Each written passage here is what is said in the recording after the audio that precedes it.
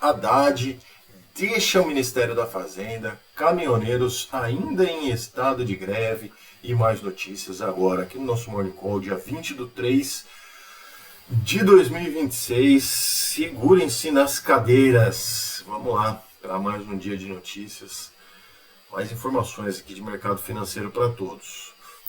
Bom, vou começar com dados, né? E depois a gente vai se aprofundando no decorrer aqui do nosso comunicado diário. Bom, os dados então indicam, né, divulgados nessa quinta-feira, uma dinâmica mista entre a atividade de mercado de trabalho nos Estados Unidos. O índice então industrial do Fed da Filadélfia por lá avançou acima da projeção do dado anterior, e enquanto os pedidos iniciais de seguro-desemprego recuaram. Então, abaixo também das expectativas, inclusive. Sinaliza manutenção de condições resilientes no mercado de trabalho.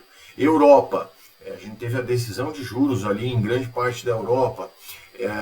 O Banco Central Europeu fez o que estava sendo esperado, manteve todas as taxas de juros, taxa de depósito em 2, taxa básica em 2,15 e taxa de liquidez 2,40, indicando então a continuidade do que está sendo praticado na política monetária por lá. Lá nos Estados Unidos, ainda mais uma notícia dos Estados Unidos, o Fed de Atlanta, né, o modelo deles lá do GPD Now, mostra uma desaceleração no PIB lá dos Estados Unidos, revisão para 2,30%, antes era um crescimento de 2,70%, e no cenário doméstico se destaca sim o Fernando Haddad saiu do Ministério da Fazenda. Senhoras e senhores, eu não sei se é para rir ou para chorar, tá? Porque quem assume também, enfim, né? Não vou entrar no mérito aqui das pessoas, cada um tem a sua capacidade. Eu li uma matéria na Globo, né, lá no site do G1, falando sobre a passagem do Fernando Haddad pelo Ministério da Fazenda, etc. E olha, vou te falar, passação de pano danada, quer dizer, na verdade, o cara só aumentou taxas mesmo e era um perdido. Mas ele deixa então o Ministério agora para tentar o governo de São Paulo, e quem fica é Dário Durigan, né, que vai conduzir aí pelo restante desse mandato do governo, tá? Em comunicado anunciado pelo governo em paralelo também, tá? Isso é importante, vou falar mais sobre isso. O setor de energia, a ANP, determinou que a Petrobras retome a oferta de combustíveis anteriormente prevista para leilões, tá? Com o objetivo de preservar o abastecimento e aumentar a transparência de mercado, porque o governo tinha determinado que não fosse feito, né? Bom, ontem os mercados sim tiveram um desempenho no vermelho, né? Acertei a capa ontem, mas o Brasil virou, né? No final do jogo ali, nos 45 do segundo tempo, o Brasil, o Ibovespa, virou para alta. Já vou falar os números então. Lá fora, Dow Jones queda 0,44, S&P 500 perdas de 0,28 e Nasdaq fechou também em queda de 0,28. No Brasil, o Ibovespa passou o dia inteiro ali bem azedo. Cheguei a ver ali momentos de quase 2% de queda, mas no finalzinho do dia ali, alta de 0,35, então na nossa bolsa, conseguiu vencer ali a batalha durante o intraday, fechou 180.271 pontos, correto? E bora lá então para as notícias de hoje, né? Deixa eu só puxar aqui o meu outro alfarrapo, vamos lá. Índices então operam em alta nesta sexta-feira, de novo, né? Operam em alta agora no começo da manhã. Exemplo do Ibovespa ontem, né? Caminham então, mas de qualquer forma caminham também para a quarta semana consecutiva de perdas, tá? Então os investidores avaliam os esforços ali dos Estados Unidos e Israel de amenizar as preocupações lá na guerra com o Irã. O primeiro-ministro de Israel, Benjamin Netanyahu, né, afirmou que estava auxiliando, né, afirma que Israel está auxiliando os Estados Unidos com informações e outros meios para abrir o Estreito de Hormuz, e acrescentou que o Irã havia perdido a capacidade de enriquecer urânio e produzir mísseis balísticos, observando que o conflito pode terminar mais rápido do que muitos temem. Eu tenho minhas dúvidas, eu não sei se isso se resolve assim com facilidade, mas enfim, oremos. Bom, apesar da recuperação, as perdas acumuladas na semana são de 0,4, cerca de 0,4 no S&P 500, e o Dow Jones é 1,2, um pouco maior, tá? A Nasdaq ficou meio que no 0 a 0. Temporada de balanços por lá quase encerrada, hoje temos só GameStop e Carnival, na próxima semana na verdade, e os desempenhos então todos no azul agora, no verdinho, né? Dow Jones Futuro 0,28, S&P 500 Futuro 0,21 e Nasdaq Futuro 0,13, beleza? Ásia e Pacífico aqui seguindo a nossa rotina diária, fecharam em baixa na sua grande maioria, com a guerra afetando ali o apetite por risco. O Banco Central da China manteve as taxas de juros estáveis pelo 10º mês consecutivo, taxa básica de empréstimos em 3,5%. Isso para empréstimos de 5 anos e para empréstimos de 1 ano, 3%. Então vamos aos números. Xangai 1,24 de queda, Japão 3,38 de queda, caiu bastante Japão.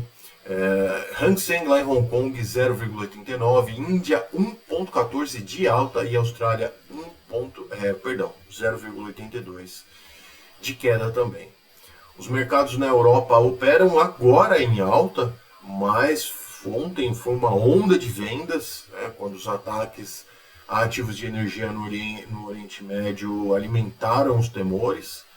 Então ontem foi um dia bem difícil lá nos mercados da Europa, tá? E na frente dos dados, os investidores aguardam os números da balança comercial da zona do euro, também agora para janeiro.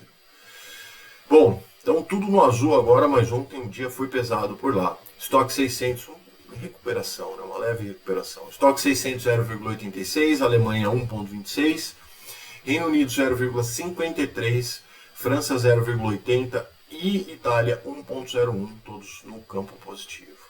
Petróleo opera em baixa, ainda acima dos $100, tá? O secretário do Tesouro, inclusive lá dos Estados Unidos, Scott Bassett, afirmou que o Washington pretende, né, pode em breve suspender as sanções de petróleo bruto iraniano armazenado em navios tanque, uma medida que visa então aliviar ali a pressão sobre preços.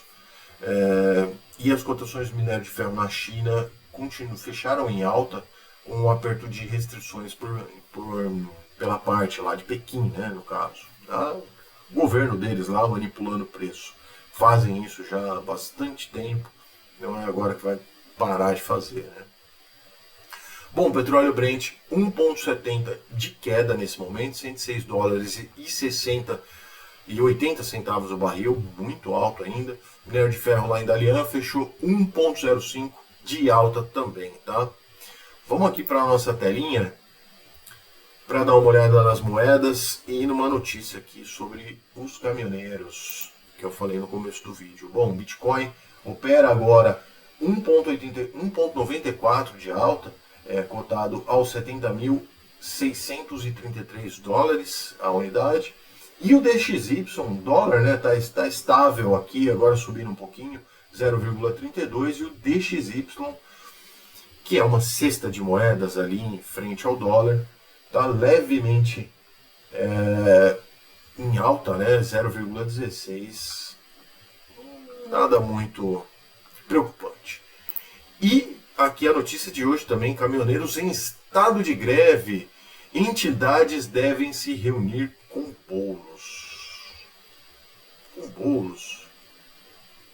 Enfim, ele agora é ministro da Secretaria-Geral, né, e participa também do programa lá, Bom Dia Ministro, enfim. Tá falando aqui, né, que os caminhoneiros, né, horas depois da assembleia assinada em Santos, tá, decidiram não paralisar de forma nacional e dar um prazo de 7 dias para o governo federal e as entidades ligadas aos caminhoneiros divulgarem nota de apoio à medida provisória que foi publicada agora há pouco, né. Afirmaram que o estado de greve está mantido, como está aqui, e aí eles vão ter uma reunião lá com o Boulos. Tá? Eu vou deixar aqui essa matéria na descrição do vídeo de hoje, mas só descendo aqui, o problema é mais embaixo, né? Vamos lá aqui, ó. Publicada em edição extra no Diário Oficial, torna obrigatório o registro de todas as operações de transporte pelo Código Identificador CIOT, que permitirá à Agência Nacional de Transportes Terrestres, a ANTT, cruzar valores pagos com o piso mínimo do frete rodoviário. Controle, né? Enfim, aguardemos para ver o que vai sair, beleza? Esse era o vídeo de hoje, então eu espero que vocês tenham gostado. Sexta-feira braba aí no mercado, hein, pessoal? Vamos de boa, que dá bons negócios, né? Se inscreva no canal, clica no sininho, deixa o seu comentário, enfim, estou aqui à sua disposição. Nos vemos na segunda-feira agora. Bom final de semana a todos, juízo, bons negócios, tchau.